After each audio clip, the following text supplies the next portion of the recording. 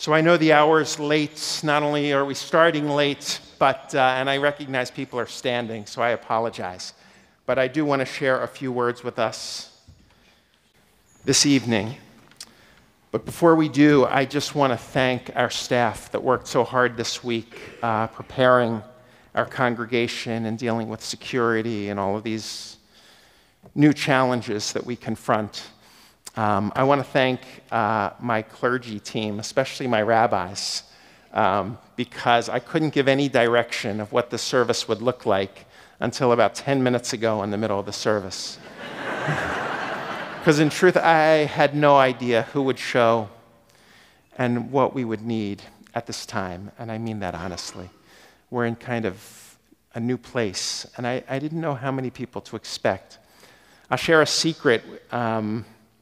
When we prepare for the High Holy Days, we have a system to know how many people are going to be here. So people who don't realize, on the High Holy Days, hundreds and hundreds and thousands of people come, and so we actually give out tickets. And then we actually have something called the ticket-to-tuchus ratio. It's a true story. There's actually a ticket-to-tuchus ratio.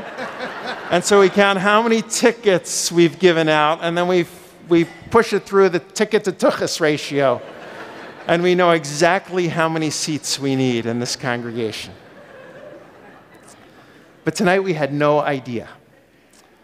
And of course, in dark moments, I thought, we're going to open up the wall, make the guys work extra hard. It takes a long time to schlep those benches, and no one's going to come. And I must say, I want to thank our visitors. I know that in so many ways this service is foreign in an ancient tongue that you don't understand. But your presence here, we understand very deeply, and it means a great deal to us. And so I just want to thank you for being here once again. And I kind of want to apologize for the uniqueness of the service and the fact that I want to share words for about 15 minutes to our Jewish community. But I really am so glad you're here to be with us, to listen as well.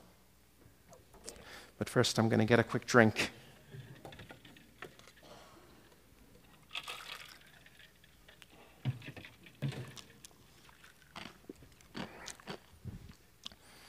You see, on Sunday morning,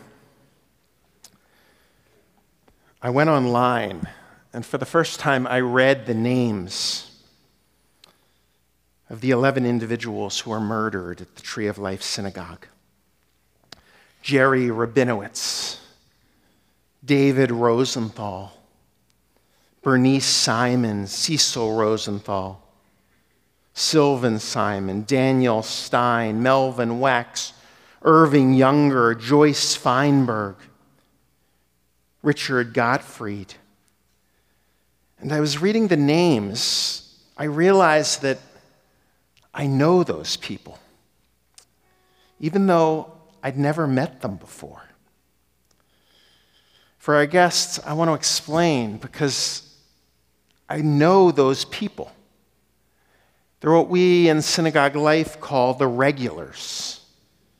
And I've seen them in every synagogue that I've ever attended.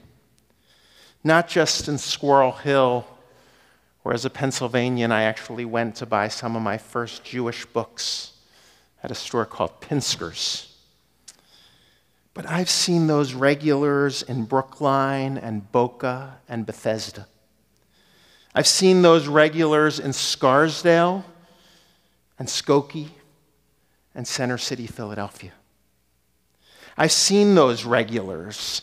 They're those dedicated ones that come every Shabbat, often 10 to 20 minutes early, simply there to welcome others into the synagogue and into the beauties of Jewish life. I know those people. And so I read their names and I imagined Bernice. She's the one I've seen, the one that sits in the back and loves to sing.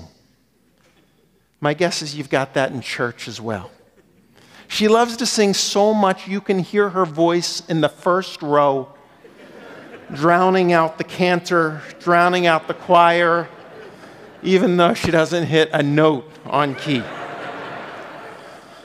The kids turn their heads trying to see whose voice is rising to the rafters, only to find a tiny woman with a huge smile and a song lifting her soul. And Melvin, I imagine he's the one who comes every week to talk to Irving. And Irving comes every week to talk to Jerry. And Jerry comes every week to talk to Richard. And Richard comes every week to talk to God. Even though he'd probably be the first one to tell you he's not even sure he believes in such a thing. But they're the regulars. And then there's Daniel. He's what I imagine to be the young one. He's 57 years old. He started to come to the synagogue 5 months before his son's bar mitzvah, because it was a bar mitzvah requirement that he read in the temple's rules and regulations. In order for your child to become bar or bat mitzvah, you have to serve as a greeter for 5 weeks prior to your child's bar mitzvah. It's like a punishment. But for Daniel, after 5 weeks, he realized that he actually enjoyed coming to services and has been coming ever since, every Shabbat, 10 to 20 minutes before services, and his son is now 34 years old.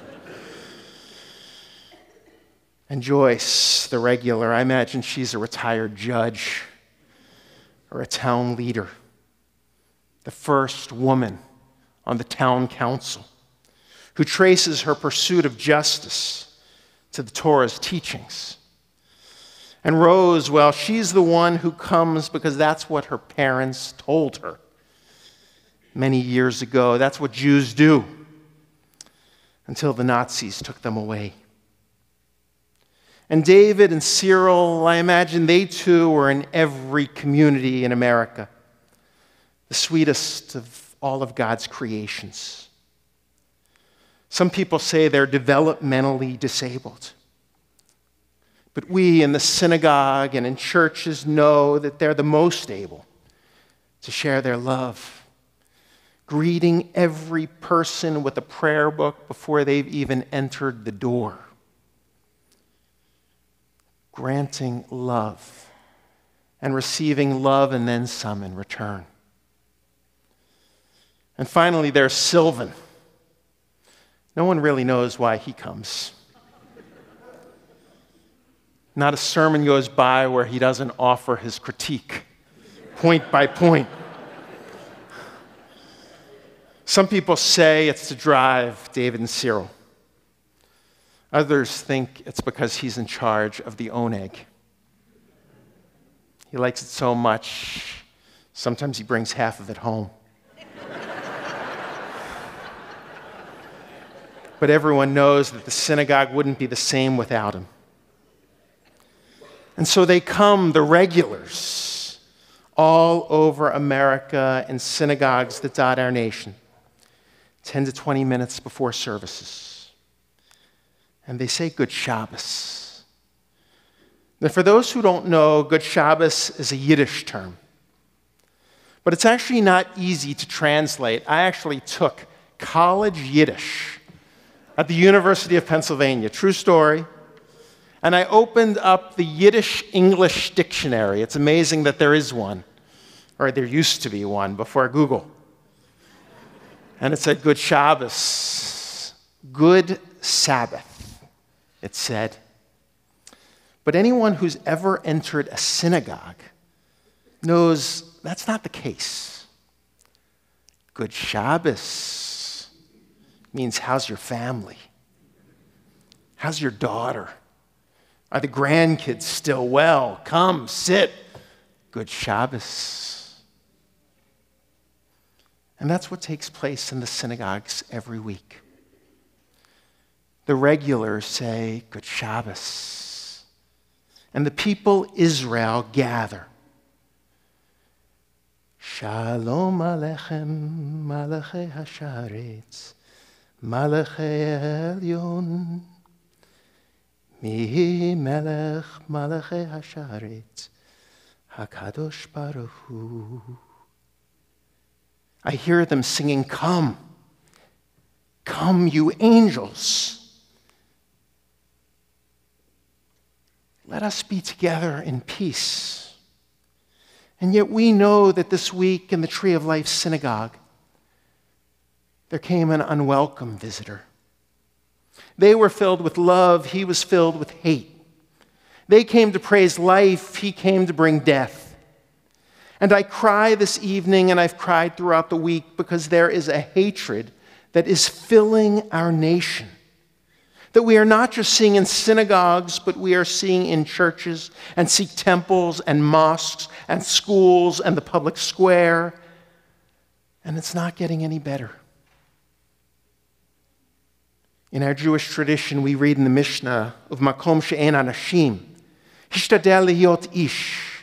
Rabbi Hillel said, in a place where there are no men, no humanity, be a mensch, meaning be human. That's what it means to be Israel. Despite a painful history, do not give up. Do not close our hands in fists, in fear. We cannot do that. We need to open up our hands wide and welcome people in. To welcome the stranger even when that seat seems filled, whether they be from Syria or Central America or right down the street.